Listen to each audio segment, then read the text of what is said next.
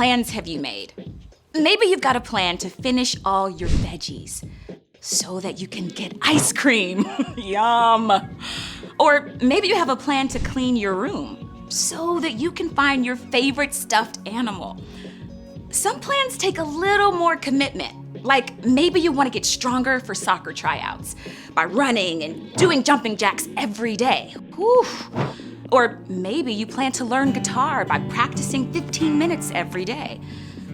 Those are all great plans, but they won't go anywhere unless you stick with it, follow through, do the work. And one of the best plans that you can make is to show love to others as you practice kindness and share your time. That's how true friendships are formed. But there's one relationship that's more important than any other: your friendship with God. You can know and spend time with God, just like any good friend, but it won't happen by accident. You need a plan to practice hearing from God, practice praying to God, practice talking about God, practice living for God.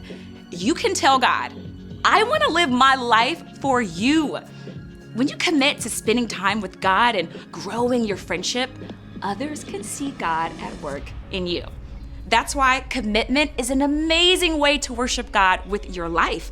Because worship is about more than just singing loud. It's all about living loud.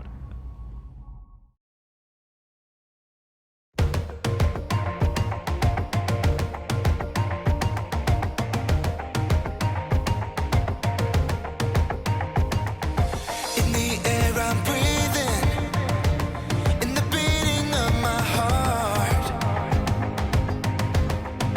Yeah, in every song I'm singing, oh, I'm singing to you, God.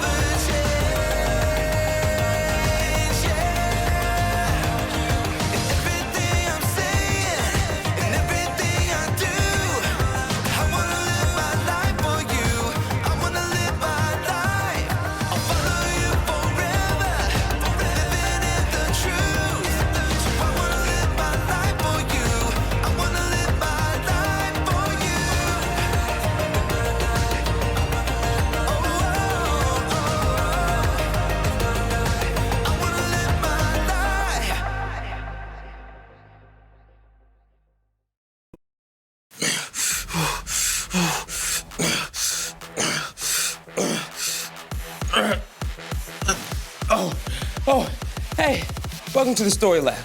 This week we're talking about commitment while we take a look at a word picture so good, you might just say it's enlightening. Whew.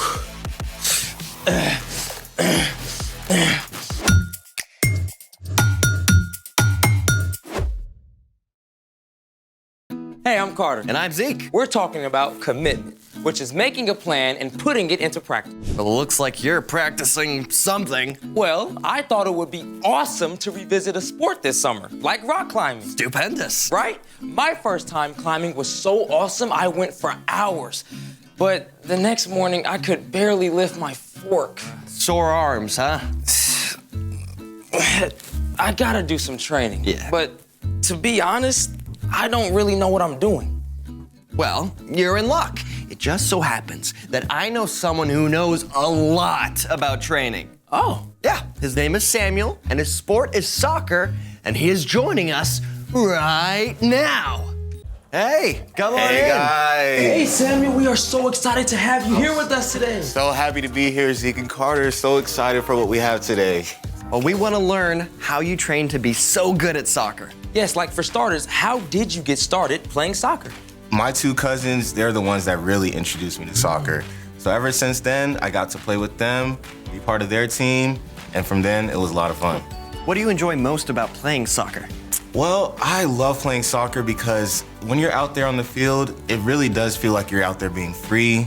You get to be part of a team. It feels like you guys are working all together towards one goal. And it's really a lot of fun being able to make tackles, being able to kick the ball, make passes. I have a blast every time. So would you say that getting good at a sport involves a lot of training? Oh, definitely. I would say it involves a lot of training because it's something that takes repetition. You know, you got to go out there and practice, make sure you're honing your skills, make sure that you're keeping up your endurance, definitely things like that. So I would say it takes a lot of training. So why is training so important? That's a very good question. Training is important because you want to build up your muscles to get stronger. If you go out there and you're not really training, you might get hurt. So that's something you want to avoid, you know? Training also it helps you because it keeps your skills consistent. And so if you're not training, you might lose a little bit of those skills. You know, as I'm getting older, I feel like I'm losing some of those skills sometimes. So it's important to keep the training up. Yeah. So how is soccer still a part of your life? Soccer is so important because it brings me back to that feeling of being part of a team. Like I said, being with my cousins out there on the field, feels like I'm part of a community again. So I love playing soccer for that reason. Well, you have that soccer ball. Do you think you can show us anything? Well, I think I could pull out a move or two. Yes, please. Awesome, Please let's show do us. it.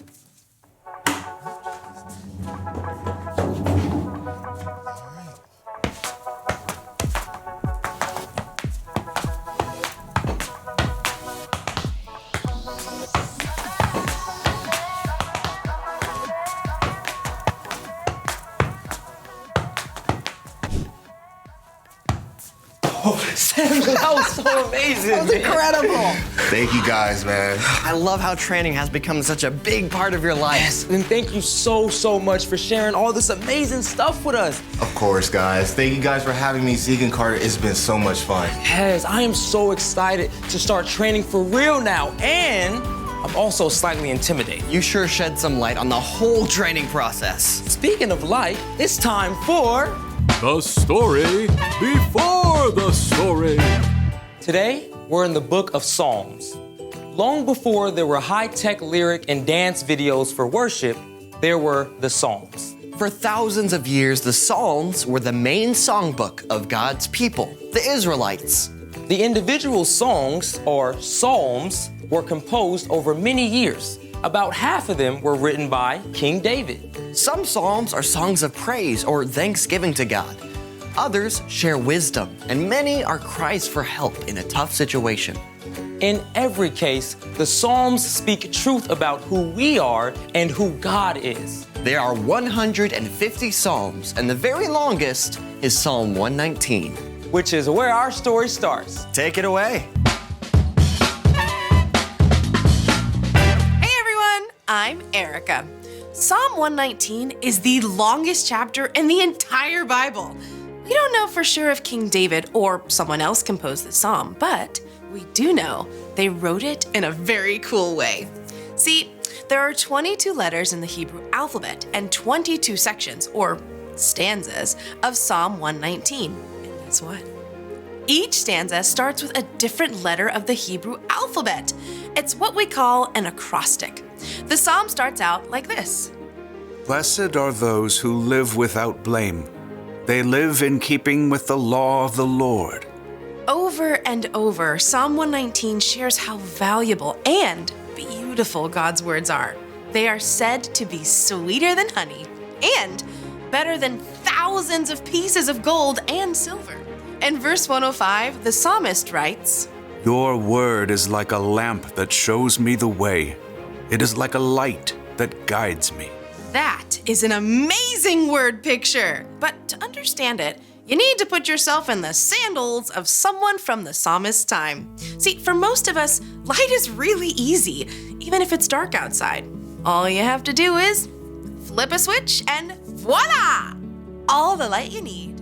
But at the time the psalmist was writing, there was no electricity. On days when there was no moon, when it got dark, it got dark. There were no street lights or bright lights from cities or towns. It was can't see your hand in front of your face dark. Can you imagine trying to go anywhere at night? It's pitch black, and all you can do is guess where to put your foot for the next step and hope it's not a nest of poisonous vipers. Lights, please! Thankfully, people did have oil lamps. Now, this may not seem like a lot of light to us, but to people with no electricity, this was the most beautiful warm glow, especially on a moonless night. By this light, you could see where it was safe to put your foot. You could see which way to go when you got to a turn in the road. In the same way, the psalmist wrote that God's word can be like a light, showing us how to make wise choices when things in life seem dark and confusing. We live in a broken world. Whether your life seems really great or kind of hard right now, you will face tough decisions. You will deal with difficult things at school or home. But God's word, the Bible, is always available to help you make the wise choice. Maybe your friend tripped you by accident and you're really mad. We find in Ephesians, be kind and tender to one another. Forgive one another, just as God forgave you, because of what Christ has done. Or maybe your little sister is driving you nuts asking to play, and you just want to yell at her. But we read in James, everyone should be quick to listen, but they should be slow to speak. They should be slow to get angry. The very best way to make God's word a light in your life is to make God's word a part of your life. Read it, memorize it, talk about it. The more God's word shines like a lamp in your life, the more it will shine through you to light the way for those around you. The end. I, for one, am thankful we now have these Instead of these. Bright light is a lot easier to come by these days, but we still need the light of God's word just as much as the psalmist did. So, what's our part in the story? Great question. God's word can shine a light on everything in our lives that is hard and confusing. But that only happens when we practice hearing from God. like with our ears? Some people have actually heard God's voice out loud, but usually God doesn't speak in a way we can hear with our ears. The best place to start is where the psalmist starts, with God's word. Bible. Exactly. You can make it a habit to listen on an app, read it online, or make notes in your own Bible. When you ask God for help, God can make those words come alive for you and cause certain words and ideas to stand out to you. As we read, we can see how Jesus lived and follow his example. And you can memorize verses too. When God can bring those words to mind right when you need them.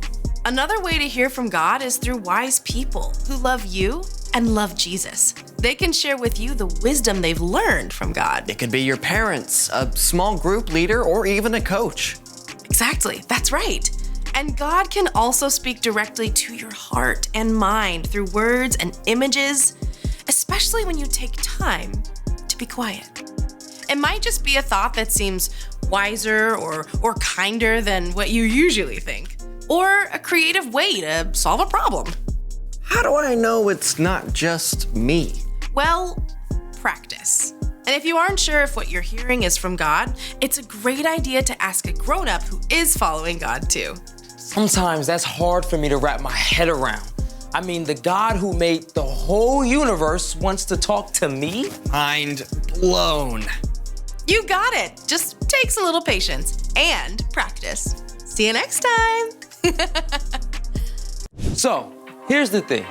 Practice hearing from God. That's one of the most important things to practice if you want your faith to grow. But you can also practice other things too. I thought you were gonna train for rock climbing. Well, after talking to Samuel, I kind of want to try soccer now. Oh, show me what you got. Ready? Yeah. Well, you want me to show you how it's done? Sure. Yeah, I think we need to get Samuel back in here. Sure. Well, thanks for joining us in the Story Lab. See you next time. Oh, you want to practice more? Yeah, but where'd it go? How are we going to practice that? Oh, want to practice more? Absolutely. Okay, ready? 1, 2, 3, 4. 4. New record.